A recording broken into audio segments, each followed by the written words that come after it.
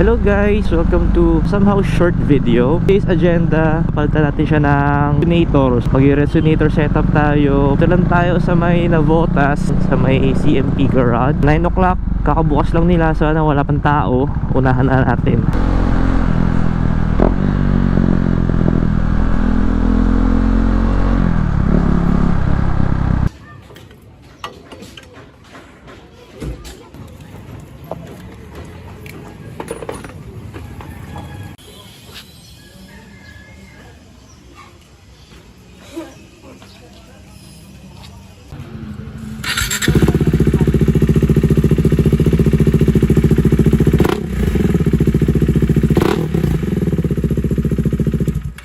Okay guys, so nakabit na natin siya. Ito yung resonator niya.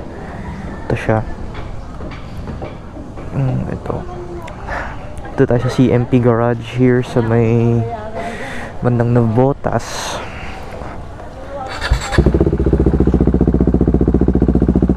Yun lang, wala tayong spring kasi hindi abot, pero meron naman tayong magbibilan yan either sa Langaray daw or online. So tell me guys if you notice a difference. Yung tunog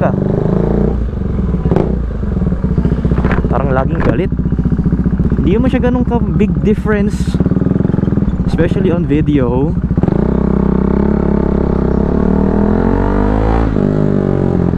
Yun, hindi mo siya ganun ka big difference, pero it's noticeable, especially if araw-araw mong ginagamit yung Duke, dalas mo ginagamit, and now pinalitan mo, it's noticeable. Worth it naman siya. Kaya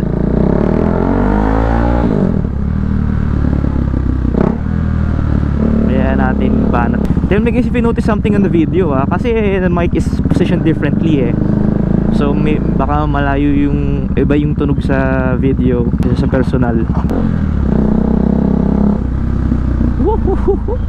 Kakaiba, ganda niya.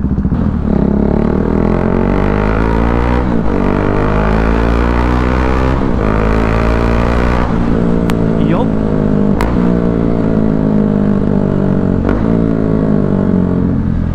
Ganito na yung magiging tunog ng Duke. Tara, doon tayo. Testingin na natin siya.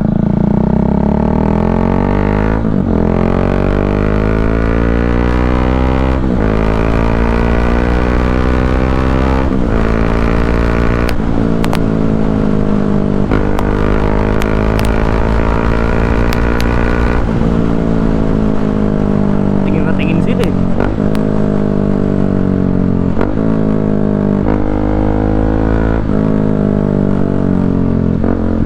single cylinder lang siya. Don't expect much from a single cylinder. Single cylinder lang naman, so huwag tayo mag-expect na sobrang bulahaw na ano mo na, tunog inline for whatever. Imposible. Pero from the price, no, and small modification upgrade lang naman, sulit.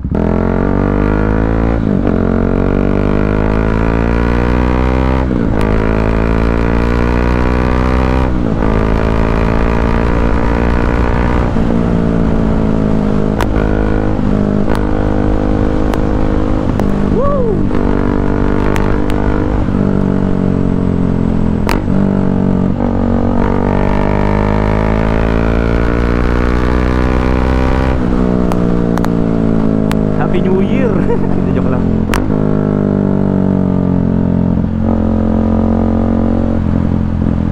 What I can say is parang hindi na siya restricted. Dahil nung tinignan ko yung mga inalis ni Kuya, yung mga binabaklas niya, ang daming sound dampener. Marami siyang inalis na parang sound dampening may ano ng KTM. Okay lang naman kasi I know naman na kailangan nila yun. Sige Kuya, kaya yan. Ay!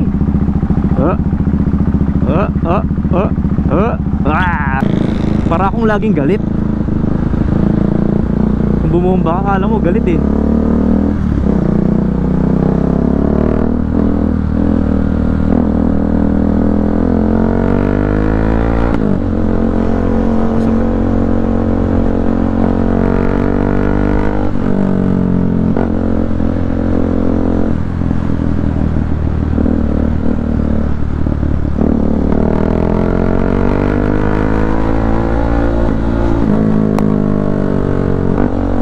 okay na okay.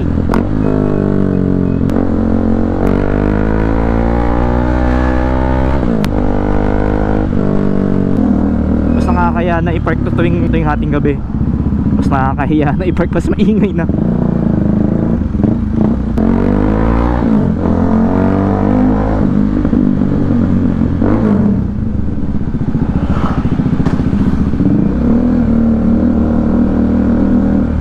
Nahit ko yung neutral. Kung kailan di mo kailangan ng neutral, tsaka siya papasok eh.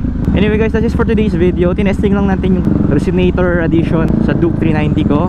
And if may other pa kayong comments, sige, leave them down in the comment section. Babasahin ko naman siya.